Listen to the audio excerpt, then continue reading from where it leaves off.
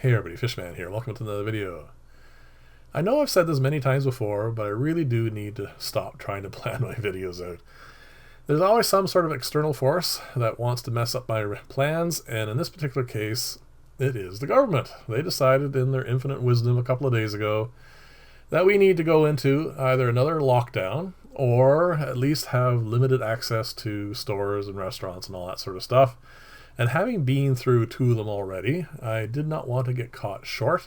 So I've been spending the last 2 days running around, trying to get as much work done as possible, making sure everything's ready for it, and also getting as many materials as I could get.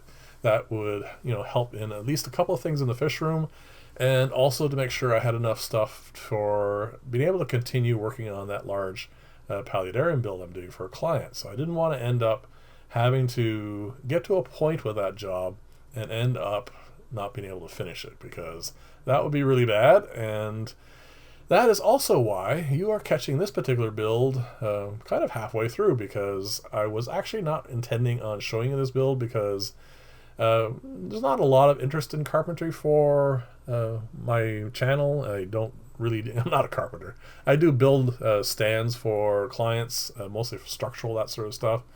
But like I said, I'm not a fine carpenter or anything, but this particular build is kind of up my alley because it is going to have some features I like, and it is going to be where I am going to be able to store all the acrylic that I have pretty much all over the shop. There's boxes here, boxes there for bits and pieces, different offcuts, that sort of stuff, and of course all the big sheets I get in.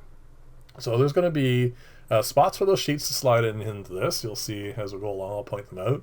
And there's also going to be in the front, I'm not sure whether I'm going to do bins or drawers yet, but there are going to be places where I can sort out all those offcuts and have them much more easy to get a hold of, and that way I don't have to worry about, end up cutting a piece of acrylic to a smaller size when I didn't need to because I had one already that I could have used. That is also the approach I'm taking when I'm building this, because you can see here, the back is made out of two pieces. I could have done it in one, but that would end up, resulting in me having offcuts. More offcuts, I guess I should say, because there always are offcuts. And this also allows me to use up a fair amount of the half-inch that I already had in the shop, and of course, saves money that way as well. And like I said, it doesn't end up being exactly the size I want, but it's definitely close enough. And to make actually more use of the space I'm getting out of this, I made the stand a lot taller than I normally do. One definite benefit is I can actually stand at this and work, and it's not uncomfortable because it's not too low, but also because I normally get my acrylic sheets cut along the width at 16 inches max, sometimes only 12, and this allows me to have two sheets above and below each other. That's what I'm building here, is a bracket for that.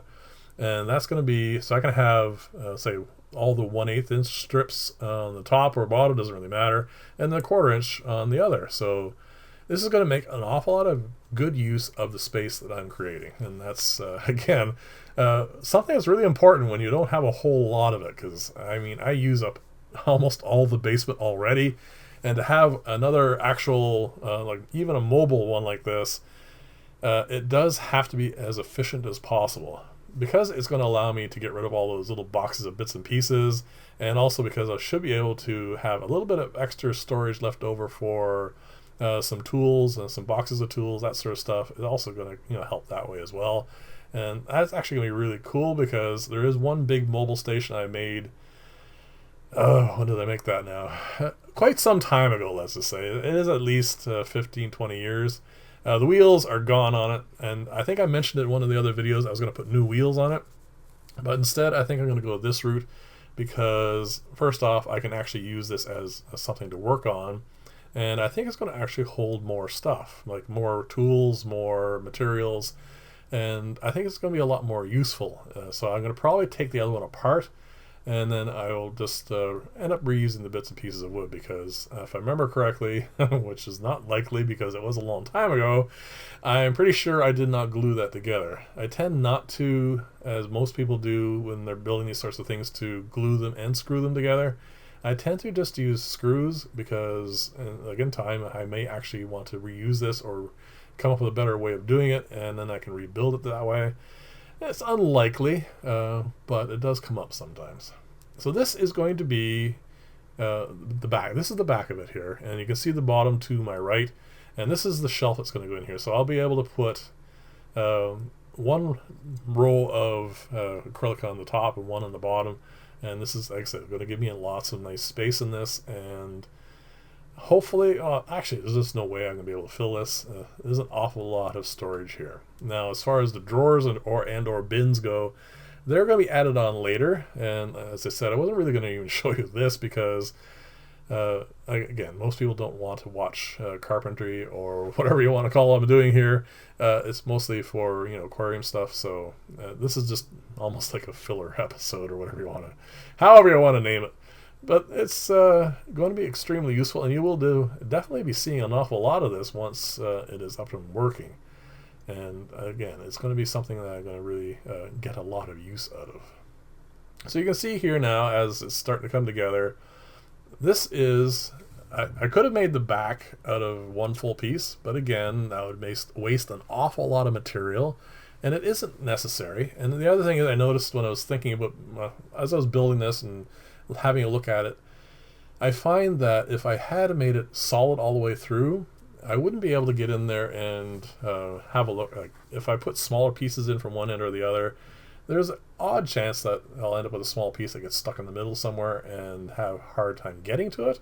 This way I'll have access through it all. I mean, there's going to be 3 of these strips, one at one end, one at the other, and one in the middle, and that'll be more than enough to hold in place the acrylic, and also allow me to have like the smaller pieces and have access to them, just in case I end up using it that. I mean, whatever doesn't fit in a drawer or a bin, depending on what it is going to fit in here. So some of the smaller pieces may still be too big for those, and this is where they're going to go. And there you go. That's as simple as that.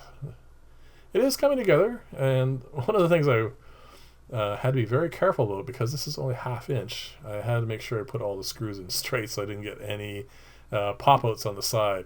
I think in the end I made one screw that went in a little off, and I think I had one pop-out for that, and I think also one bracket that I made ended up having to reverse because that middle one, I don't know if you're going to be able to see it, but I had to reposition it because I had it drilled for the wrong side. That's about it. Now, I have bought wheels before for a lot of mobile things, and small wheels, they just don't last. I actually just recently put new wheels on, this is my table saw, you can see just below there. I put new wheels on that not that long ago, and one of them's already broken. So I decided to go with much more hefty wheels in this particular case, just because I want it to last. And I find the larger wheels also make it a lot easier to move around. So that's the reason why I'm putting these big honking things on. It's not like it's going to be that heavy, but I'm hoping that these here will be a lot more durable, and we'll see. You never know. I mean, a lot of stuff is made so cheap these days. But this is rated for a lot more weight than it's going to have on it, so I'm hoping it's just going to end up being more than enough to keep this lasting for quite some time. I don't like having to rebuild things simply because the piece that I used was substandard and ends up breaking. That's just annoying. So those are nice and solid. I'm going to put the other 3 on off camera, and there they are. Now it's a simple matter of putting this on as wheels, and then I'm not going to finish up the lid today. I'm going to put it on top of it so you can see what it's going to look like, and I'm going to put a piece of acrylic in there so you can see what that looks like. But that's pretty much the end. This is going to be my new station. Once all the top is done, I'm going to do that hopefully in the next few days. And of course, updates for this will now be done on Sundays, and of course, in the future you'll get to see it being used.